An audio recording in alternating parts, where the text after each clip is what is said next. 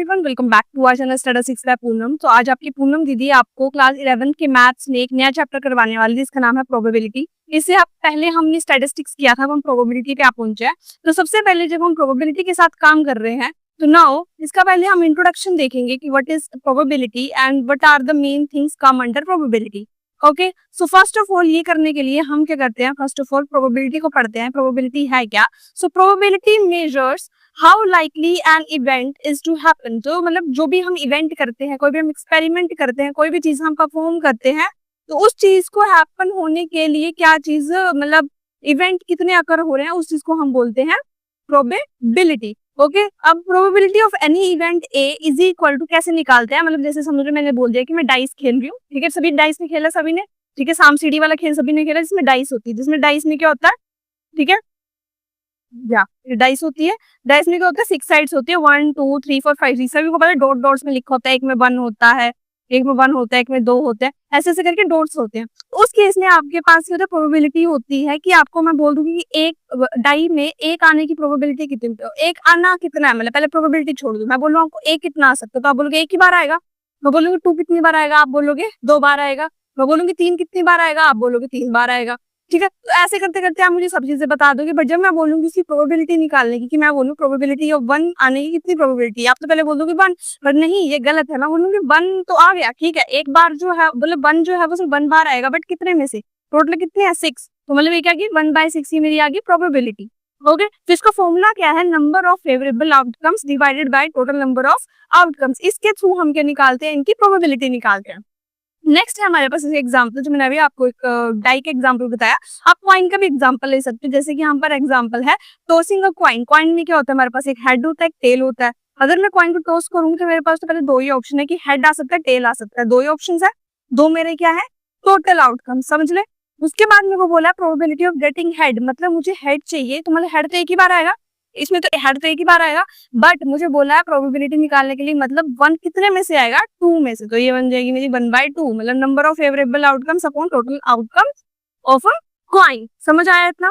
अब हम पढ़ेंगे कि what are random experiments and outcomes. तो रैंडम एक्सपेरिमेंट्स एंड आउटकम्स क्या होते हैं, फर्स्ट ऑफ ऑल हम देखेंगे एक्सपेरिमेंट्स क्या होते हैं। एक्सपेरिमेंट क्या होता है हमारा, तो समझ लो मैंने अभी आपको एक डाई का एग्जांपल दिया था, तो वो मेरा एक्सपेरिमेंट है, ठीक है। An action that gives outcome, example tossing a coin die, मतलब जो चीज अगर आप कुछ करते हो, फॉर एग्जांपल अगर आप कोई चीज करते हो, जैसे मैंने अभी कॉइन टॉस किया, ओके, देखो भाई हवा चल रही है, गर्मी बहुत है, ठीक है।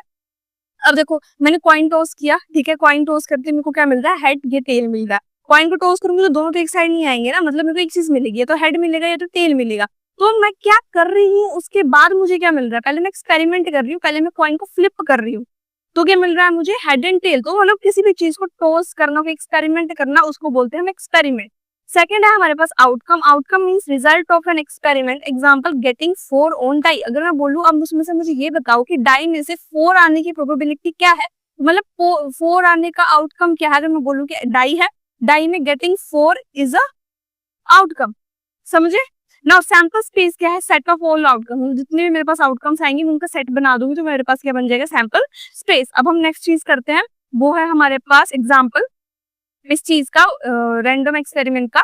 एग्जाम्पल है मेरे पास रोलिंग अ डाई। अब हमने डाई को रोल किया, जिसमें मेरा सैंपल स्पेस क्या है, सैंपल स्पेस क्या होता है, जैसे मैंने अगर आपको डाई का, इसमें डाई का लिखा है, हम पहले डाई का देख लेते हैं, रोलिंग अ डाई। आपको पता है डाई में कितने होते हैं साइड्स, 1 2 3 4 5 6, सॉरी साइड्स नहीं होती है, मतलब 6 क्या होता है उसमें, वैल्यूज होते हैं, 6 साइड्स भी होती है, सॉरी मैं कंफ्यूज हो रही हूँ थोड़ी सी, take it easy. Okay, die में भी होती है 6 साइड्स होती हैं, ठीक है, ऊपर नीचे आगे पीछे और आगे पीछे। ओके, तो उससे 6 होती है, पर एक साइड पे 1 होता है, दूसरी साइड पे 2 होता है, एक तीसरी साइड पे 3 होते हैं, उसके बाद ऐसे होता है, ये सभी को पता है। अब मेरे पास जो टोटल जो है सैंपल स्पेस वो क्या है, 6। अगर मैं बोल दूं मेरे पास कॉइन है, कॉइन में क्या है, हेड और टेल, तो मेरा पास उसका सैंपल स्पेस क्या है कॉइन का, 2। समझ आया अब ये चीज कि सैंपल स्पेस क्या होता है। अब नेक्स्ट है मेरे पास इवेंट्स एंड टाइप्स। इवेंट्स क्या होते हैं और टाइप्स क्या होते हैं। सो इवेंट है, it is a group of 1 और मोर आउटकम्स, मतलब जब भी मेरे पास एक से ज्यादा आउटकम्स आने लग पड़े तो मैं उसको बोलूंगी इवेंट्स। अब एग्जांपल देख लेते हैं, getting event even number on a die. पहले तो हम एक चीज की बात कर रहे थे कि मेरे पास 4 आ जाए, मेरे पास 5 आ जाए, बट अब मैं बोलूँ इवन नंबर। अब आपको पता है इवन नंबर्स क्या होता है, 2 4 6 8 10, ठीक है, बट हम डाई की बात कर रहे हैं, तो डाई में तो भाई 6 तक ही होती है वैल्यू, तो 6 में क्या है 2 4 6, मेरे पास 3 क्या आ गई मेरी वैल्यू। तो अब देख सकते हैं एक से ज्यादा मेरे पास वैल्यू है, 2 ज्यादा वैल्यू है, इसको हम बोलेंगे इवेंट्स। समझ आया। नेक्स्ट है हमारे पास एग्जॉस्टिव इवेंट। एग्जॉस्टिव इवेंट्स क्या होता है, all possible outcomes together makes an exhaustive set. Okay, तो जब भी मेरे पास कोई भी पॉसिबल आउटकम्स आती हैं, अगर वो दोनों एक दूसरे से मिल जाए तो वो क्या बना लेते हैं, एग्जॉस्टिव सेट। एग्जाम्पल है जैसे हमने कॉइन टॉस किया, तो मेरे पास हेड और टेल क्या है, एग्जॉस्टिव है, मतलब मेरे पास एक सेट है किसी प्रॉपर आउटकम का। Got it. अब म्यूचुअली एक्सक्लूसिव इवेंट्स बहुत इंपॉर्टेंट है, ये बहुत बार आता है। तो इसका मतलब क्या है, events that can not happen at the same time, मतलब अगर एक चीज हैपन हो रही है तो दूसरी चीज हैपन नहीं होगी। Got it. अब इसके एग्जाम्पल है कि rolling 2 and 5 on the same die. अगर मैं बोलूं मैंने डाई को घुमाया, ठीक है, और मेरे पास 2 and 5 आया, तो ये नॉट पॉसिबल है। ठीक, क्यों? क्योंकि एक ही टाइम पे, अगर मैं बोलूं मैंने एक बार डाई को फेंका, शेयर के डाई को मैंने फेंका, बट एक ही टाइम पे दो साथ में थोड़ी आएंगे ना। मतलब अगर दो डाई है तो ठीक है, बट सेम डाई पे एक ही टाइम पे दो चीजें नहीं आ सकती, तो ये पॉसिबल नहीं है। तो मैं बोलूंगी probability of A intersection B is equal to 0। मतलब 0 मतलब null, 0, infinite, empty space. Okay, तो यही होता है हमारा म्यूचुअली एक्सक्लूसिव स्पेस, जब दोनों की वैल्यू क्या है, सेम ना हो। अब ऑपरेशंस ऑन इवेंट्स क्या है, not events means complement. Complement क्या होता है, आपके पास कोई इवेंट है, मैंने बोल दिया ए आपके पास कोई भी इवेंट है, अगर वो हैपन नहीं कर रहा है, जैसे एग्जांपल मैं बताऊंगी आपको, बहुत इजीली समझ आएगा। पहले तो ये देखो उसको लिखते कैसे हैं। अगर आपको किसी का भी नॉट इवेंट निकालना है, मतलब कॉम्प्लीमेंट निकालना है, तो आप सिंपली इसको लिखोगे ए रेज़ टू पावर सी, मतलब नोट ए, जिसको आप बोलोगे ए कॉम्प्लीमेंट भी बोल सकते हो या नोट ए भी बोल सकते हो, दोनों में से आपको जो अच्छा लगे। अब नेक्स्ट क्या है हमारे पास, इसका फॉर्मूला है कि अगर आपको probability of note A find out करनी है, आपको कुछ नहीं करना है। अगर आपके पास प्रोबेबिलिटी ऑफ ए है तो आपको 1 में से उसको माइनस कर देना, आपके पास उसको कॉम्प्लीमेंट आ जाएगा, जिसको हम बोलते हैं नोट ए। अब नेक्स्ट क्या है, इसका एग्जांपल है that probability of getting odd number on die. तो वो क्या है, देखो ऑड नंबर ऑन डाई तो पता लग गया 1 3 5, क्योंकि 5 से आगे तो जा नहीं सकते, 6 तो लास्ट है भाई, और 6 तो उसका नीवा नंबर है, तो 3 है मेरे पास, तो 3/6 इज इक्वल टू 1/2। अब मैंने वो फॉर्मूला बताया था कि अगर मैं बोलूं कि मेरे को ऑड नहीं चाहिए, मुझे इवन चाहिए, निकाल लो। नॉट गेटिंग ऑड मैंने अभी बताया था 1 माइनस प्रोबेबिलिटी ऑफ ए। अगर मैं इसको ए मान रही हूँ तो प्रोबेबिलिटी ऑफ ए माइनस कर दो, मतलब 1 माइनस 1/2 कितना आ गया, 1/2। बहुत सिंपल है, ज्यादा कुछ दिमाग नहीं लगाना है, और सिंपली कुछ डाउट होगा प्लीज कमेंट सेक्शन में पूछ लिया करो यार, बहुत बहुत नखरे करते हो तुम। ओके, नाउ नेक्स्ट है मेरे पास एंड इवेंट। एंड इवेंट का मतलब होता है जब इंटरसेक्शन होती है। अब देखो यहाँ पर बच्चे ना कंफ्यूज करेंगे और एंड में। अब देखो ये तो मुझे भी पता लग रहा है कि जब एंड होता है, एंड मतलब दोनों साथ में, और ठीक है, तो सभी बच्चे इसको क्या करेंगे, इसको रख लेंगे कि दोनों वैल्यूज साथ में जुड़ी हैं, पर नहीं, यहाँ पे डिफरेंट है। और जो है वो इंटरसेक्शन के लिए लगता है, सॉरी, और जो है वो यूनियन के लिए लगता है, एंड जो है वो इंटरसेक्शन के लिए लगता है। एंड इवेंट मीन्स जब दोनों साथ में अकर हो रहे हैं, समझ आ रहा है, दोनों साथ में आ रहे हैं, but probability of A intersection भी, मतलब उनसे कोई कॉमन वैल्यू निकाल लेंगे। अब जैसे a is equal to even number 2 4 6, और b जो है वो हमारा नंबर है कोई भी ग्रेटर देन 3, तो हमने हमारे पास ये आ गई। अगर आप इनमें से नोटिस करोगे तो मेरे पास जो 2 4 6 में और 4 5 6 में कुछ क्या वैल्यू कॉमन है, 4 6 4 6, तो मैंने सिर्फ जो कॉमन थी वो वैल्यू निकाल दी। तो मतलब एंड का मतलब है दो इवेंट्स के बीच में कौन सी कॉमन वैल्यू आ रही है वो हमें निकालनी है। अब देख सकते हो 2 आई, अब मैंने बोला कि 2 तो मेरे पास वैल्यूज आई, मुझे प्रोबेबिलिटी निकालनी, तो किससे निकाली मैंने, 6 में से। डाई 6 की थी, तो कितना आ गया मेरी 1/3। Got it. नेक्स्ट है मेरे पास इवेंट और मैंने अभी बताया, और मतलब जो, मतलब जिसमें से कोई एक अगर कर सकता है, मतलब अगर ए आ रहा है तो बी नहीं आएगा, बी आ रहा है तो ए नहीं आएगा, या दोनों अकर करेंगे। Okay, now probability of A union B is equal to probability of A plus probability of B minus probability of A intersection B। मतलब इसमें क्या है, probability of A union B जो है वो ये डिनोट कर रहा है हमारा और इवेंट। ओके, मतलब आइदर A और B और बोथ अकर्स, मतलब या तो एक आएगा या तो दूसरा आएगा, तो दोनों आएंगे। समझ आया। अब ऐसे एग्जाम्पल है, बहुत अच्छे से समझ आएगा तुमको, देखो भाई, ठीक है। नाउ ए मैंने बोल दिया कि मेरे को इवन नंबर चाहिए डाई में, तो मेरे पास 2 4 6 आ गए, 3/6, और बी मैंने सिंपल सेम रखा है ग्रेटर देन 3, तो मेरे पास 4 5 6 आ गए। इस केस में मैंने की प्रोबेबिलिटी भी निकाल ली, विच इज 1/2 1/2, ये समझाने की जरूरत नहीं है, बहुत सिंपल है। अब मैंने ए यूनियन बी निकाल दिया। ए यूनियन बी का मतलब क्या होता है कि इन सभी को ऐड करना, मतलब 2 4 6 4 5 6 जो है वो एक लाइन में ऐड होंगे। बट अगर सब देखेंगे तो बोलेंगे 2 4 4 5 6 आना चाहिए था, आपने सिर्फ 2 4 5 6 लिखा, आपने एक 4 तो खा लिया।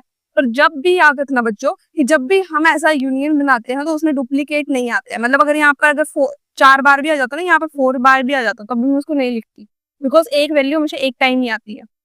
ओके, नाउ नेक्स्ट चीज क्या है मेरी इस पे, कि जब मैंने इसको वैल्यूज निकाली तो probability of A union B तो मेरे पास आ गई, 1 2 3 4 थी, 4/6 इक्वल टू 2/3 आ गई।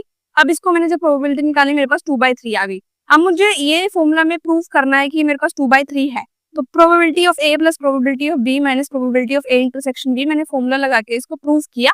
तो अगर आप नोटिस करोगे सब मैंने वैल्यूज पुट करी, और ये आप निकाल सकते हो बहुत इजीली, क्योंकि अगर मैंने इसमें से अभी बताया था कि आपको कॉमन वैल्यू निकालनी तो 4 और 6 है।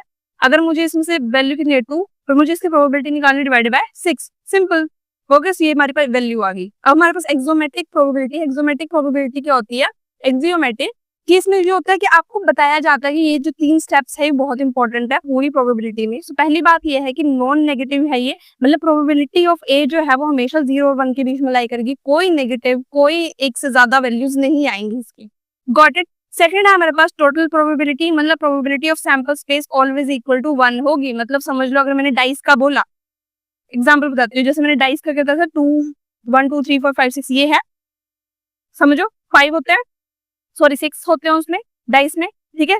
तो अगर डाइस में 6 साइड्स होती हैं तो उस केस में अगर मैं बोलूं कि 1 की प्रोबेबिलिटी क्या है 1/6, 1/6, मतलब हर एक चीज तो एक ही बार आएगी ना पूरे टाइम में, समझो ना मेरी इस बात को। तो ये चीज मैं सभी को ऐड कर दूं 1/6 1/6, ठीक है, हो जाएगा 6/6 इज इक्वल टू 1। मतलब प्रोबेबिलिटी ऑफ पूरे सैंपल की कितनी है 1, जो मैं आपको बहुत देर से समझाने की कोशिश कर रही हूँ।